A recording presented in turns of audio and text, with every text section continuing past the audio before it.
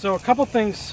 When I first go out in the field to take soil tests, one of the first things I'll do, I already said I don't clean things very much, so I often don't clean this. So what I'll usually do is as I'm walking to the field or walking out the field, I'll stick this in the ground, or try to, a few times. Maybe closer to the flowers. I will, where yeah. it's been And worked throw a the little. core away, because you do that a couple times, it scrapes everything off pretty well. And that way you're not contaminating your sample. If there's any rust on the edge, it gets broken off and doesn't contaminate the soil. Oh, yeah, there we go. Wow. So this thing makes taking core samples very easy.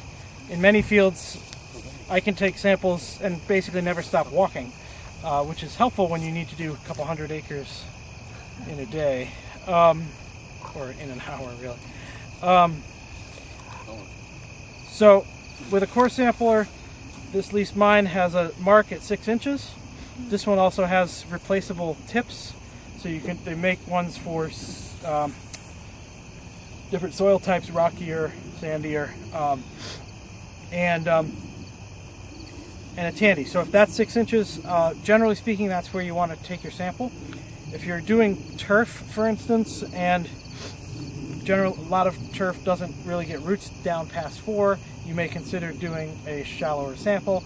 If you are taking samples in a freshly plowed field where the soil is very loose, you may consider taking more than 6, because you figure it's actually probably fluffed up. 6 inches might be like 10, so you might need to take 10 to get the representative sample. The other thing to keep in mind is that say I'm gonna test this fall, and I'm gonna add my minerals based on that soil test. But then next spring I'm gonna take a moldboard plow and flip the whole thing over. You just put your top 6 inches down, possibly 6 inches or so. And yeah, you push it in, and then I'd have a bag, and I would just go like this and bang it on my leg, and it goes into the bag. So if you were gonna plow this, you might actually consider going and either slamming this thing as far in the ground as you can, and then taking the bottom 6 inches, so that assuming that's what's actually going to be on the surface next spring, or in some cases, if you're going to do some really aggressive plowing, which I don't recommend, but if you're going to do it for some reason, then you could even dig a hole, then take your sample to see what it's like down further. Because one thing to always keep in mind is your soil test is going to tell you some numbers, but it's only going to tell you your numbers based on what you actually sampled.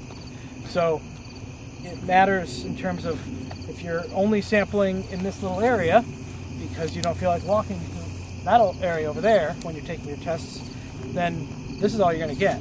And if you're going to test only the top 3-4 inches, because that's as far down as you get your probe, don't assume that the next 3 or 4 inches is the same. And if you can get your probe in 3 inches, but you can't get it in 6 inches, there's probably a reason, which might mean that 3 inches down you've got a lot higher, say, magnesium and less calcium than you do at the surface, and so your soil may not be homogeneous at all. And to keep that in mind when you're testing. That's one example of if there are times you might want to only test the top 2 inches. If you're trying to figure out why the soil is different down below versus the top, you might actually take the top 2 or 3 inches, then take a shovel and dig down and take the next 6 inches below that and see how it's different. That can be one of those times where plowing actually might be a good thing. So if the top of your soil is, let's say, excessive in something because too much has been added, it might be a good time to actually plow that in and incorporate it to get it spread out more. So if you don't have one of these, which I was thinking on the way here, we should probably work on having one available at every chapter that could be possibly lent around. Talk to Chris and Mark about that after. You could use a shovel. You can use a trowel. See if I can actually get in here. So it's You can go the tricky part with a trowel or a shovel is if you went in here and took some soil, the natural thing would be to like go in at an angle and like pry it up. And if you look at this, you've got a little bit down here and a whole bunch up here.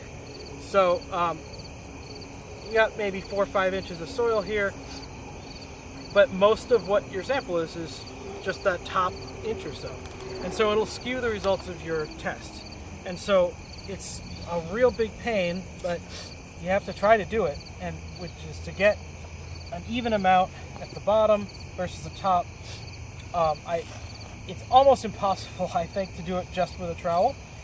Using a shovel to basically pry, what I would do with a shovel, I'll just demonstrate, would be pull it up like this, lay it down on that shovel, and then take something like a trowel and cut it so you end up with something that's more uniform top to bottom, and so you get the same amount of soil at the bottom as you do at the top. And then you do that a number of times. You try to do it within your area that you want to test. You do it randomly. When I use this, I'll take, say, 8 or 10 or even 12 cores in one sample bag. And each of those 8, 12, 10, 12 or so cores should be randomly throughout that area you're testing. Don't do it in like perfect rows, because when you're coming through with fertilizer spreaders, you have to do it in rows, or things are often treated in rows. So try to kind of bounce around and truly do it randomly. Same if you're doing it with the trowel method. You may do 6, 8 cores. If you're trying to get the size of each core about like this, that'll be about right to put in a bag. What you basically want is to mostly 2/3 fill a quart-size Ziploc bag or equivalent. I think on Logan's site it says 2 cups or 1 pound. Yeah. Another question often comes up about soil tests is, do I need to dry them? What do I need to remove from it before I ship it? The labs are perfectly capable of removing like chunks of organic matter and grass and roots and stuff. So I would recommend to touch it as little as possible. You can contaminate it with the salts on your fingers. So I try to touch it very little. When I use this, I use the same finger to push it out every time. So it gets covered. A little bit of contamination might be there the first time, but then it's covered in dirt, and that's that. You do not need to dry it. You do not need to remove organic matter. If it's full of wood chips or something, pull out the big ones. Do the lab a favor that way, but you don't need to really do much processing of any kind. They put it in their machines, process it quickly, and